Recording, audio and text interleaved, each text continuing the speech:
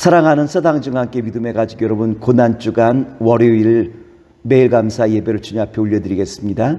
찬송 139장 찬양드리겠습니다.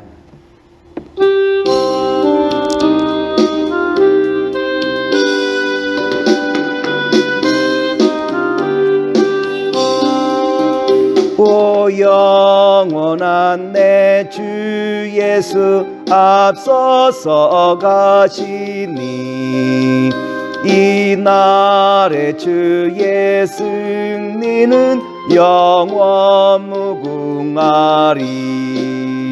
저 용서받은 무리들 주 함께 나가니 그 나라 강한 권세가 영원히 있도다. 오늘의 성경 말씀은 마태복음 21장 18절과 19절 말씀입니다. 말씀을 봉독하여 드리겠습니다. 이른 아침에 성으로 들어오실 때 시장하신지라 길가에서 한 무화과 나무를 보시고 그리로 가사 잎사귀 밖에 아무것도 찾지 못하시고 나무에게 이르시되 이제부터 영원토록 내가 열매를 맺지 못하리라 하시니 무화과 나무가 곧 마른지라. 오늘은 마태복음 21장 12절로부터 22절의 말씀을 가지고 교회의 주인 되신 예수님이라고 한 말씀의 제목으로 말씀을 함께 나누고자 합니다. 예수님께서는 종료주일날 나귀 새끼를 타시고 예루살렘 성에 입성하시죠.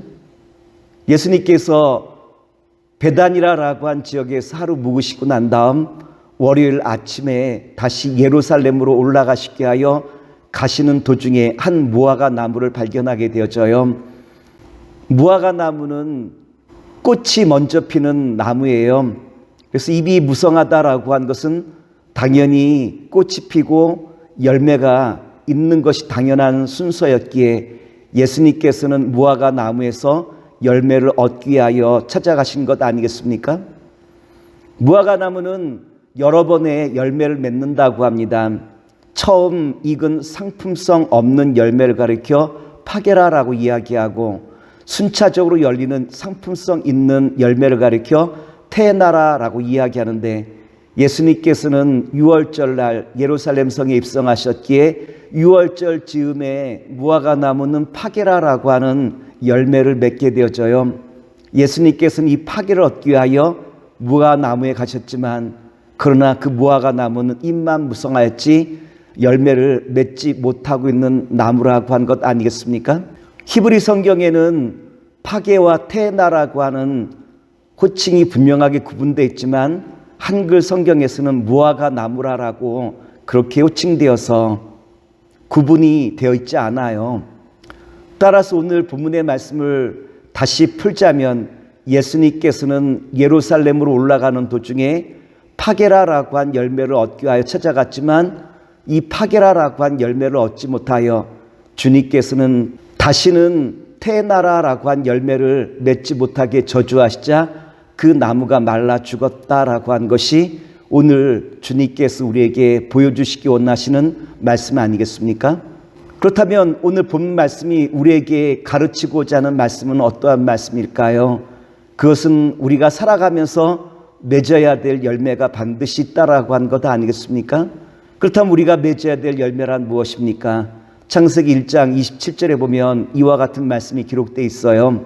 하나님이 자기 형상 곧 하나님의 형상대로 사람을 창조하시되 하나님께서 사람을 창조하실 때 하나님의 형상을 그 속에 넣어두셨다라고 한 것이고요. 하나님께서 인간을 만드실 때 하나님의 형상을 그 속에 넣어두셨다는 것은 결국 우리를 통하여 하나님의 형상이 드러나기를 원하신 것이 주님의 뜻이라고 한 것 아니겠습니까? 사람이 나무를 키울 때 그 나무를 키우는 목적은 열매를 맺기 위함 아니겠습니까?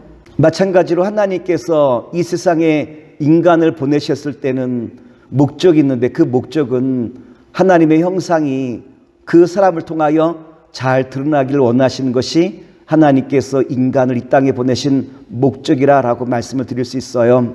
요한일서 2장 9절 말씀을 봉독하여 드리겠습니다. 빛 가운데 있다며 그 형제를 미워하는 자는 지금까지 어두운 가운데 있는 자요. 우리가 하나님의 형상 안에 머물기 위하여 반드시 필요한 것이 있다면 빛 가운데로 나아가는 거죠.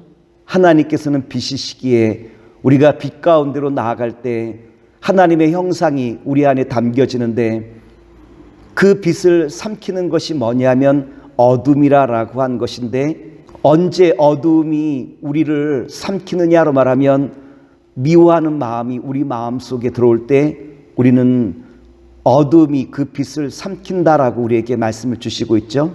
그런데 오늘 무화과나무, 잎만 무성한 무화과나무를 예수님께서 소개하시면서 마치 이스라엘의 모습이 어떠하냐로 말하면 잎만 무성한 무화과나무와 같다는 거예요.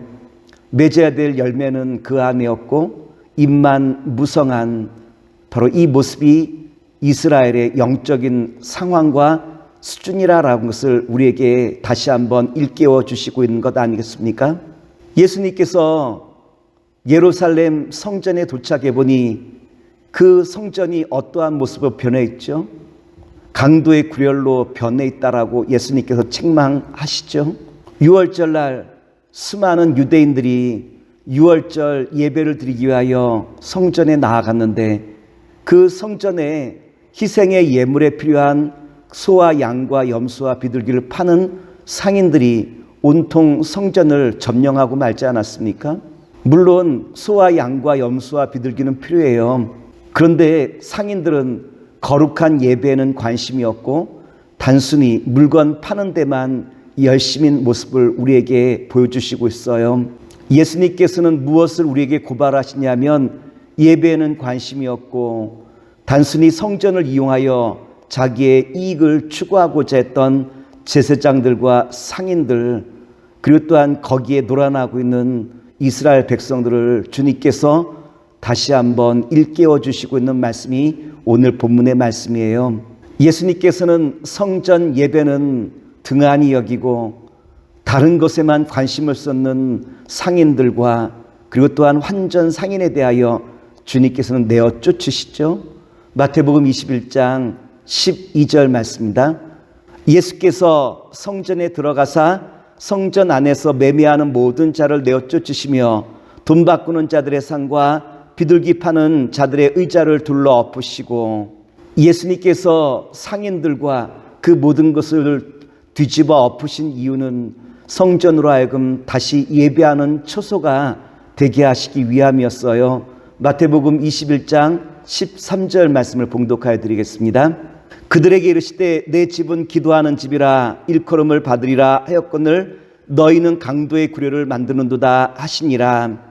교회의 주인 되신 예수님께서 우리를 통하여 나타나기 원하시는 것이 있다면 교회는 기도하는 집, 교회는 주님께 예배하는 집이 되기를 원한다라고 한 것이요, 또한 주님의 거룩한 자녀들이 하나님의 형상을 그 안에 담아 날마다 우리가 살아가는 모든 삶의 현장 속에서 주님의 아름다운 열매를 맺길 원하시는 것이 예수님께서 월요일 성전을 정화시키며 무화과 나무를 저주하시며 우리에게 다시 한번 깨우쳐 주시는 말씀이 오늘 본문 말씀이에요. 말씀을 정리하도록 하겠습니다. 오늘 고난주간 월요일을 맞이하여 무화과 나무를 저주하시고 성전을 정화시킨 예수님께서 원하셨던 것처럼 이제는 우리의 삶이 예배를 중심으로 나아가며 뿐만 아니라 우리의 삶 속에서 열매 맺는 복된 자리에 서는 주님의 자녀가 되길 기도하면서 모든 말씀 마치도록 하겠습니다. 사랑의 주님, 오늘 주신 말씀 의지하여 우리의 삶의 모든 현장 속에서 아름다운 열매를 맺기 족함이 없는 주의 자녀와 백성으로 삼아 주시옵소서. 예수의 이름으로 기도합나이다. 아멘.